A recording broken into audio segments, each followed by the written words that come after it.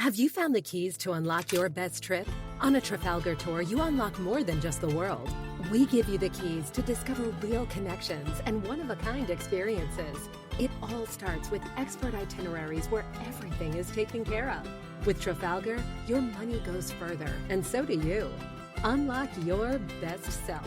Discover more at Trafalgar.com/unlock. That's TRAFALGAR.com/unlock. Every day, we rise, challenging ourselves to work for what we believe in. At U.S. Border Patrol, protecting our borders is more than a job. It's a calling. Agents answer the call, working together to keep our country and communities safe. If you're ready for a new mission, join U.S. Border Patrol and go beyond. Learn more at cbp.gov/careers.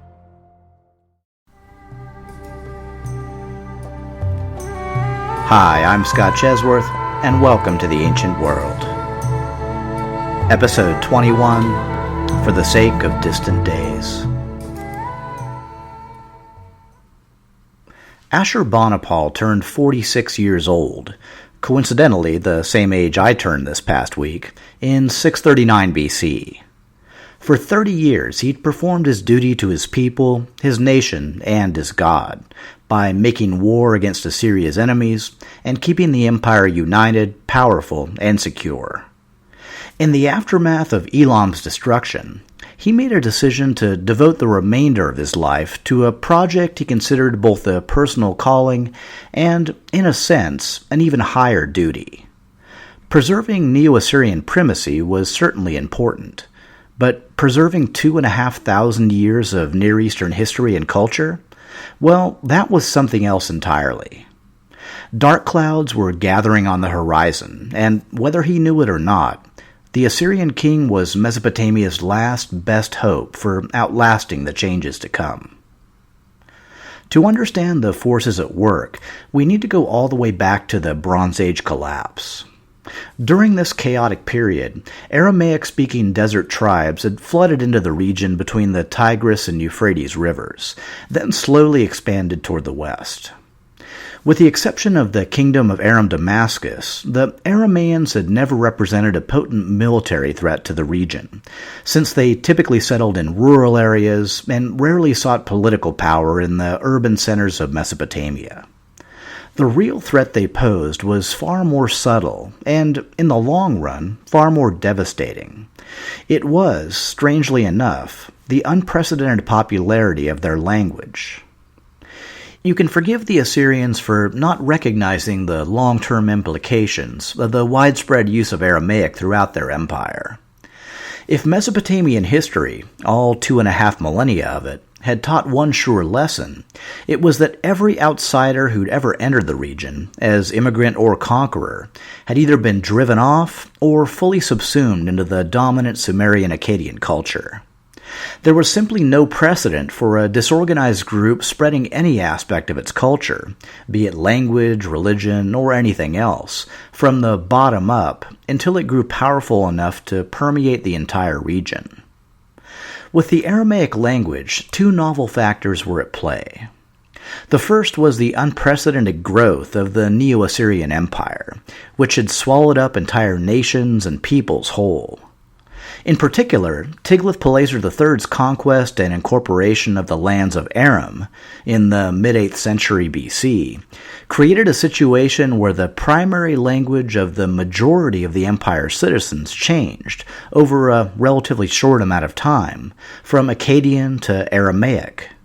The second factor was that, in contrast to Akkadian cuneiform, which was still the province of highly trained professionals and took years to master, Aramaic was an alphabetic script consisting of only a few dozen characters and could be written or scratched onto any surface.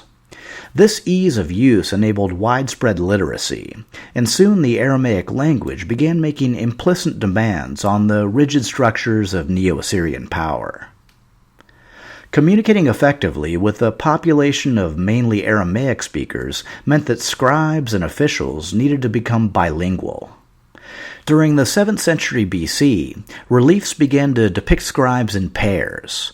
one inscribing Akkadian cuneiform on a clay tablet, the other writing in the Aramaic alphabetic script on leather or papyrus. Slowly, Aramaic grew from an unofficial second language to one of two official languages to the dominant language of the empire. Over the same period, Akkadian was slowly relegated to the roles once occupied by ancient Sumerian, becoming the language of diplomacy, culture, and religion.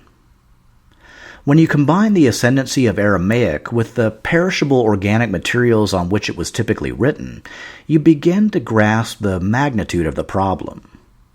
The immediate threat was the loss of any written records older than a few decades, the typical shelf life of the new media. The far greater threat, which may have only been recognized by a few contemporary scholars, was that once Aramaic had replaced Akkadian entirely, there would eventually come a time when no one would be able to read Akkadian cuneiform. The language of 2,500 years of Mesopotamian history and culture was at imminent risk of becoming indecipherable, lost, and eventually forgotten. Some dim awareness of this monumental eventuality may have motivated the Assyrian king Ashurbanipal to begin the construction of the first great library of antiquity, established in his royal palace in Nineveh. Certainly, there had been other vast collections of documents held in other great cities of the ancient world, such as Mari in Syria and Akhenaten in Egypt. But Ashurbanipal's library appeared to be the first deliberate effort by a ruler to collect, copy, organize, and archive all of Mesopotamia's most important written works, from the most distant past down to relatively recent times. This vast storehouse, eventually comprising over 30,000 items, was dedicated by the great king himself for the sake of distant days.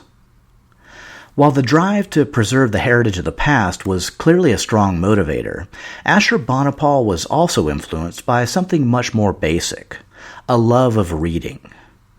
Considered a black mark in his youth, as king, Ashurbanipal celebrated his hard-won literacy and proudly proclaimed, "I, Ashurbanipal, within the palace, understood the wisdom of Nabu.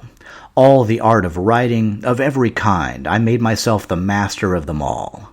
I read the cunning tablets of Sumer, and the dark Akkadian language, which is difficult rightly to use. I took my pleasure in reading stories inscribed before the flood." He also wrote, in his own words, "the best of the scribal art, such works as none of the kings who went before me had ever learnt, remedies from the top of the head to the toenails, non-canonical selections, clever teachings, whatever pertains to the medical mastery of Ninurta and Gula, I wrote on tablets, checked and collated, and deposited within my palace for perusing and reading." Ashurbanipal immersed himself in the details of his project, personally writing to the governors of all major cities and often requesting specific works by name. His main focus was obtaining copies of every important, famous, or otherwise notable work in the Mesopotamian canon. But he also gave wide latitude to local rulers, instructing them, "In case you should see some tablet or ritual text which I have not mentioned, and which is suitable for the palace, examine it, take possession of it, and send it to me." Ashurbanipal's library became home to myths, epics, prayers, incantations, mathematical exercises, astronomical tables, and medical treatises, along with a variety of administrative documents, letters, and contracts. In short, the library was a reflection of all Mesopotamian learning and literature up to that time. It even contained a complete catalog of acquisitions, listing each item along with its origin. Among the most famous works contained in the library were an early Akkadian translation of the Epic of Gilgamesh and the Babylonian Epic of Creation, known as the Enuma Elish. A large number of documents were so-called omen texts, used to predict the future based on detailed observations of the natural world. The Assyrians had a deep belief in the reliability of omens, but also thought their outcome could sometimes be avoided by petitioning the gods or even through trickery. One fairly quirky institution that resulted was the occasional appointment of a substitute king. When an omen suggested the king's life was in danger, a substitute king was put on the throne, and the true king was hidden away. Once the supposed danger had passed, the substitute king was, killed, and the true king restored to the throne. I really hope they at least let the substitute king throw a few big royal feasts and maybe dedicate a few monuments during the period they ruled, instead of just making them do boring Neo-Assyrian paperwork. In addition to hosting his library, Ashurbanipal's North Palace was also home to some of the most stunning reliefs ever recovered from the Neo-Assyrian Empire. Along with the famous garden party scene, showcasing the head of the Elamite king Tumon hanging from a tree, there were numerous other reliefs depicting the recent war against Elam. Several present the Battle of Teltuba, where Tumon met his end, while others show the taking of the cities of Madaktu and Hamanu. One detailed scene depicts an Assyrian officer introducing a new king, possibly Humban-Nikash, to the Elamites of Madaktu, while another shows a meeting between Elamite and Urartian ambassadors in Nineveh. Additional scenes capture other instances of Neo-Assyrian triumph, including Ashurbanipal inspecting the treasures looted from Babylon, and Assyrian cavalry pursuing Arab soldiers on camelback. As remarkable as all these reliefs are, they're outshined by another sequence, widely considered the pinnacle of Neo-Assyrian art, depicting Ashurbanipal on a lion hunt. Lion hunting had been the exclusive province of Assyrian rulers for over 1,000 years, and was intended to symbolize the king's role as protector of his people. Depictions of kings confronting lions alone and killing them with swords may not have been mere royal propaganda, since Mesopotamian lions, now extinct, were smaller than the African breed we know today. Ashur-nasirpal II, the first great Neo-Assyrian conqueror, had several lion hunting reliefs in his palace at Nimrud, but by far the largest collection were found in Ashurbanipal's palace at Nineveh. These reliefs, currently on display in the British Museum, are one of the first works of Assyrian art that I ever saw, and I don't mind telling you that I was absolutely blown away. The detail, the composition, just the absolute mastery of the art form are obvious in every panel. One of the more charming aspects is that there are scenes where the artist had to revise his initial sketch, for example, making a lion's tail shorter, and you can see both the draft and final versions in the relief. I'm not going to try to describe the whole sequence in this podcast, just do yourselves a favor and check them out online sometime. So, while we're talking literature and art, I also wanted to briefly touch on what the Mesopotamians had achieved, culturally, over the past few hundred years. Among the disciplines that became highly developed during the Neo-Assyrian period were mathematics, astronomy, and medicine. The Mesopotamians were accomplished abstract thinkers, and seemed to enjoy manipulating numbers and solving difficult mathematical problems for their own sake. They were also expert observers and master list makers. Mesopotamian astronomers were able to extrapolate from data they obtained and predict events with a high degree of accuracy. They also divided the year into 12 months, each day into 24 hours, and each hour into 60 minutes, the same system we use today. And that's even more remarkable considering the rudimentary instruments they had to work with. Basically, a sundial, a water clock, and a polos, an instrument showing the shadow projected by a small ball hanging over a half sphere. Mesopotamian physicians seem to have an implicit understanding of the concept of contagion, and their detailed records of symptoms, diagnoses, and prescriptions would feed into the development of later Greek medicine. Where the Mesopotamians sometimes fell down, scientifically, was in the area of synthesis. They never formed hypotheses and tested them out, or tried to correlate data to establish overarching theories. These critical aspects of the scientific method were added at around the same time by the Greeks, whose philosophical temperament was better suited to their development. Despite their fondness for abstract thinking and frequent neglect of practical applications, the Neo-Assyrians did develop the means to move large stone statue blocks over vast distances and construct long aqueducts across difficult terrain, which implies at least some understanding of physics and engineering. Despite these factors, the Neo-Assyrians are rarely credited for being patrons of Mesopotamian art or culture, because, quite simply, anything they accomplished was entirely overshadowed by the heavy-handed nature of their rule. One example always brings this home for me. We have extensive documentation on how the Assyrians punished rebellious cities.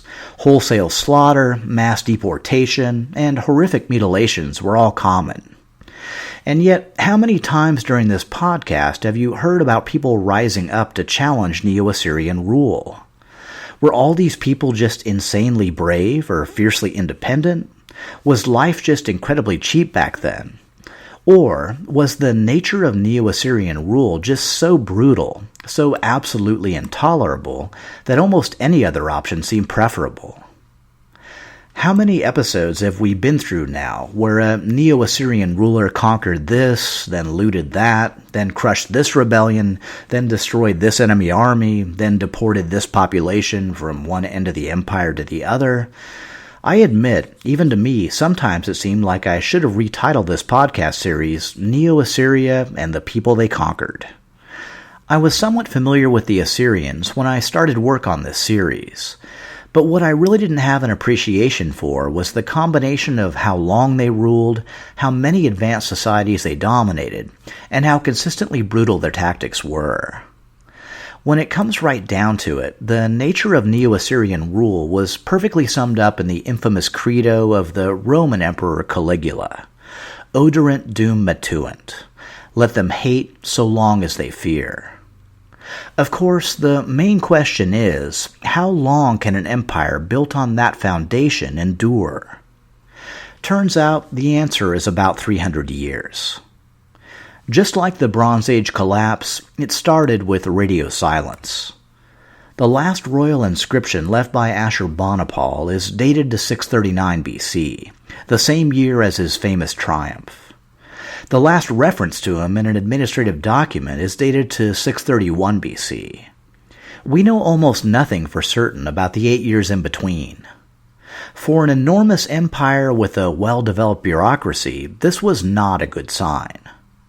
What do we think was happening? Well, the evidence hints at peripheral territories pulling away, tribute being withheld, centralized power waning. The likely culprit was the empire's own structure. Ashurbanipal was growing old and weak, and, as we'll learn shortly, lacked capable sons to succeed him. The problem with concentrating all the power at the top is that the system only works when a ruler is, well, pretty extraordinary.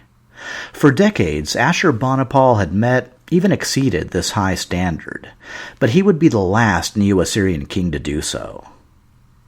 By the end of Ashurbanipal's reign, things had already disintegrated enough that we're not even sure of the year he died. While some sources credit him with ruling, or at least co-ruling, the empire until 627 BC, it appears more likely that he passed away in 631 BC. He left behind two momentous legacies: his enormous library of Mesopotamian learning and culture, and his enduring legend as both a wise ruler and fearsome warrior. What he took with him were the last underpinnings of Neo-Assyrian unity.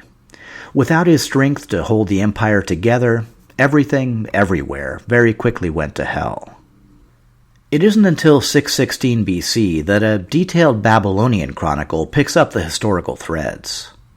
For the intervening years, we find ourselves in a curious position. Fragmentary portions of the Babylonian chronicle shed some light on this lost decade. We also have a detailed account of the period written by the Greek historian Herodotus, which sounds great, right? Unfortunately, even though his history of the period reads well, it's widely considered unreliable for a few reasons. One is that much of it is based on later Persian oral tradition. The other is that he was trying to fit Near Eastern history into a predetermined framework of successive great empires. He knew about Assyria and he knew about Persia, so in between them, he raised to imperial status what had been, in reality, a loosely organized group of tribes from the Zagros Mountains called the Medes. The Medes had been considered a regional threat by Assyria since at least the time of Sargon II, but Ashurbanipal's total destruction of Elam had allowed them to extend their influence widely over the Zagros Mountains and into adjacent territories. After entering the region back in the early 9th century BC, the Medes had grown wealthy through domination of the Khorasan Road, the great trade route between Mesopotamia and the regions of central Iran and beyond. Under Sargon II, Assyria had seized this area, broken it up into provinces, built fortresses, and levied taxes on the vast flow of overland trade, mostly paid in horses. Other Median tribes had remained independent, and Sargon II recorded receiving tribute from 22 of their chiefs. Over the succeeding years, the Medes often served the Assyrians as mercenaries, and may have learned advanced military techniques from their masters. What Herodotus asserts, with far less certainty, is that the Medes had been unified as early as 700 BC under a ruler known as Deioces, a former Manaean provincial governor who was eventually captured and exiled to Syria by Sargon II. His son, Phaeortes, was then killed in battle by Ashurbanipal, and for the next decade the Medes came under domination of a Scythian king named Madius. The beginning of supposed Scythian rule over Media corresponds with the latter years of Ashurbanipal. And indeed, upon Ashurbanipal's death, the Scythians, along with the Cimmerians, Medes, Persians, and other nomadic tribes, did come swarming en masse into Neo-Assyrian territories. Unfortunately, when they did, the empire was in no shape to put up a fight. Upon Ashurbanipal's death in 631 BC, the kingship had fallen to his son, Ashur-etil-ilani, or Ashur, Hero of the Gods. The flood of nomadic raiders apparently caught the new king on his heels, and the Assyrian army quickly assumed a defensive posture. While the old capital of Nimrud was sacked and burned by the Scythians, the superior defenses of Nineveh afforded better protection. Ashur-etil-ilani decided to ride out the storm there, along with the bulk of Assyria's regular military. Unable to capture Nineveh, the nomads soon lost interest and continued onward toward the coast, where they sacked the Philistine city of Ashkelon. It was only when they turned southward, toward Egypt, that they encountered their first real resistance. The pharaoh Psamtik I, in the 34th year of his long 54-year reign, had continued his policy of close ties with the Hellenic world, inviting colonists from the Greek mainland and elsewhere to settle in Egypt and serve in his armed forces. As a result, Egypt was unified and powerful enough to confront the nomadic raiders, and managed, probably through a mix of military force and bribery, to drive them back northwards. Spent from their series of assaults and laden with booty, the tribes rode back across Mesopotamia to their mountain homeland. Again, without any apparent Neo-Assyrian interference. Again, not a good sign. Around 627 BC, upon the death of the Babylonian king Kandalanu, an Assyrian general named Sin-Shumu-Lishur seized power in Babylonia, or at least over a few Babylonian cities, including the Assyrian administrative capital of Nippur. Wow, if Babylonia is rebelling, you know it's, well, okay, that part is pretty much business as usual. A second son of Ashurbanipal, named Sin-Sharishkun, or Sin as appointed the king, led an army to Nippur and quickly ousted the usurping general. Shortly afterward, and really why not, Sin-Sharishkun set up shop in Babylon and declared himself king of Babylonia. Probably a surprise to his brother, who, as far as he was concerned, was still ruling both kingdoms from Nineveh. So I guess we all know what comes next. Yep, several years of violent, brutal civil war. Much of it waged in southern Mesopotamia, and with various cities backing various factions at various times. Meanwhile, while Assyria's attention was diverted, more and more provinces and vassal states took the opportunity, quietly, to slip out from under Neo-Assyrian rule. And, oh yeah, while I was reading that last sentence, Babylon just revolted again. Except, the year is 626 BC, and this rebellion is going to shape up a little bit different. The latest usurper, like many before him, hailed from the Chaldean tribe, the Bit Kaldu, a native of the southern marshes that border on the ruins of Elam. Even his Akkadian name, Nabu Apul Usur, Nabu Protect the Sun, hardly set him apart from numerous others who'd played musical chairs over the past few centuries on the Babylonian throne. It's only when you call him by the Hebraic approximation of his Akkadian name, Nabopolassar, that you start getting the hint that this guy just might mean serious trouble. Nabopolassar first came onto the scene just prior to the Assyrian Civil War, stirring up street fighting in Babylon against Sin-Sharishkun's occupation forces. Once Sin-Sharishkun left the city to war against his brother, Nabopolassar seized power in Babylon and proclaimed a new Babylonian ruling dynasty, variously termed the 11th or Chaldean or Neo-Babylonian ruling dynasty. He surmised, correctly, that the fighting between the sons of Ashurbanipal would provide him with the necessary time to secure his power base and be ready, both politically and militarily, to take on the eventual victor. 3 years later, in 623 BC, Sin-Sharishkun killed his brother Ashur-etil-Ilani in battle near the city of Nippur, and proclaimed himself sole king of Assyria.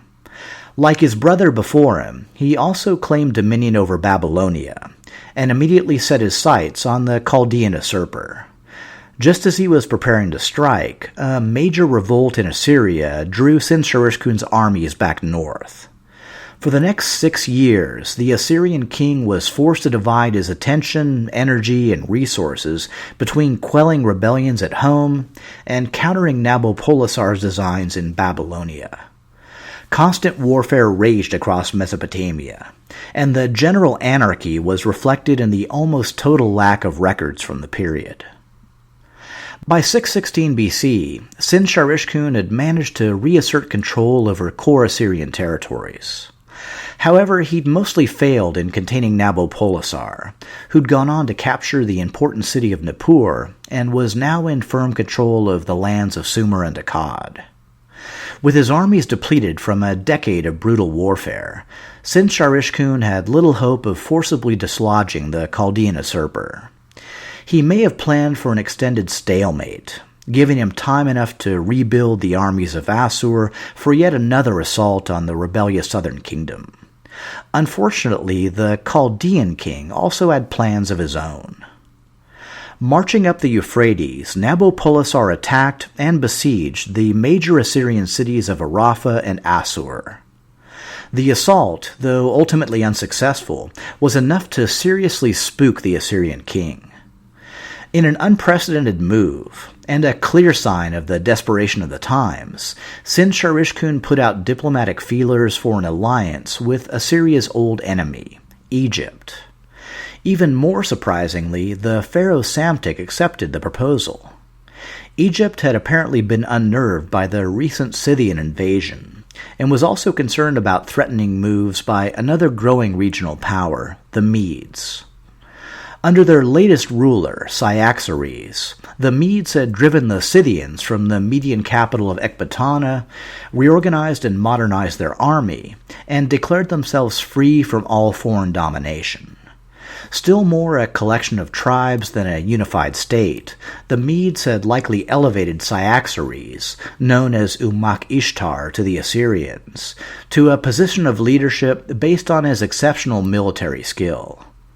Like other mountain tribes before them, going all the way back to the Gutians who'd plagued the Akkadian king Naram-Sin, the Medes looked down upon the wealthy lowlands of Mesopotamia, racked by chaos and civil war, and decided that the area was once again ripe for conquest. Cyaxares gathered the tribes of the Zagros, Medes and Persians foremost among them, and also used common hatred of Assyria to forge a military alliance with the Urartian king Aramena, son of Sarduri III. In 615 BC, these combined armies moved westward into Assyria. Their first targets were the same major Assyrian cities recently attacked by Nabopolassar's forces, Arapha and Assur, except they succeeded where the Chaldeans' armies had failed. By the end of 614 BC, both cities had been taken, with the ancient capital of Assur singled out for special treatment. The city was looted, razed, the majority of the population massacred, and the remainder carried off as slaves. The only previous time Assur had been sacked, by the Mitanni king Shaush-Tatar over 800 years before, the damage had been mild by comparison. The Mitanni had considered control over a functional Assyria an asset in the great game of late Bronze Age power politics. The Medes, by contrast, wanted nothing less than Assyria's total destruction. For the Assyrians, the fall of Assur, city of their origin, former capital, irreducible core of their previous empires, home of their god, and final resting place for all their kings, must have been an earth-shattering blow, a sign of a fundamental change in the order of things. True, Assur was not Nineveh, and Sin-Shar-ishkun still had powerful defenses and a formidable military at his disposal. But if Assyrian hopes managed to survive the fall of Assur, they were soon to be struck an even more fatal blow. It was under the broken walls of Assur, the fires of its destruction still smoldering, that the Median ruler Cyaxares first met the Babylonian king Nabopolassar. They quickly found their aims to be entirely harmonious, and formally sealed an alliance through the marriage of the Median princess, Amytis, to the Chaldean crown prince, Nabu-Kaduri-Usur, or Nabu Preserved the Firstborn, better known to us as Nebuchadnezzar II. As the historian Georges Roux summarizes, from then on, Babylonians and Medes were to fight hand in hand, and Assyria was doomed. Despite the now overwhelming odds against them, the Assyrians certainly weren't going down without a fight. In 613 BC, Sin-Shar-ishkun rallied the armies of Assur and led them into a series of battles against the Babylonians and Medes, checking further enemy advances for the better part of a year. However, any aid they hoped to receive from their Egyptian allies was slow in coming, and in the end would be too late to do anything but prolong the inevitable. By 612 BC, the Assyrian king had been driven back behind the walls of Nineveh, and could only watch impotently as more and more enemy armies, including Scythians, Cimmerians, Manaeans, and even Elamite remnants, joined the Chaldeans, Medes, and Persians already encircling the great capital. Never in history had an empire grown to be so hated, and never had so many enemies gleefully gathered to watch it fall. Inside the walls, the mood must have been a mixture of absolute terror and total astonishment. Less than 30 years had passed since Ashurbanipal had held his great triumph, symbolically putting his foot on the neck of the entire Near East, and less than 20 since the great king had died. How had absolutely everything, everywhere, gone so horribly wrong so quickly? Ultimately, they could only be certain of one thing. Assur, their great and terrible god, had finally deserted them. Nineveh fell 3 months into its siege, and enemy armies poured through its gates, eager to take violent revenge for centuries of abuse and oppression. The Medes eagerly smashed tablets recording their earlier submission to Assyria. Nearly every relief of an Assyrian king was defaced, chiseled, and scarred into oblivion. Homes were looted and burned, citizens slaughtered, and Assyrian soldiers likely made their last stands defending the royal palace.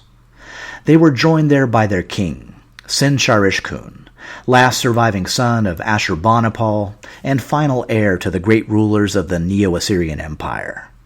It's not recorded which of Assyria's many enemies held the sword that finally cut him down. To say that Nineveh was razed to the ground is probably, for once, fairly accurate. 2 centuries later, when the Greek historian Xenophon and his mercenary army passed the location, they were totally unaware that anything had ever stood there, let alone the enormous, sprawling, one-time capital city of the entire Near East. Nineveh was lost, and would remain lost for thousands of years. But its eventual rediscovery, in the mid-18th century AD, would finally fulfill Ashurbanipal's greatest wish, to preserve the heritage of the past for the sake of distant days. Next episode, we'll cover the aftermath of Assyria's destruction, as pockets of resistance, bolstered by belated Egyptian support, continue to battle against the tide of history. We'll watch the establishment of the Neo-Babylonian Empire, look at the fates of former Assyrian vassals, and eventually resume our discussion of the growing Western powers of Greece, Rome, and Carthage. All this, or as much as I can get to, next time on The Ancient World.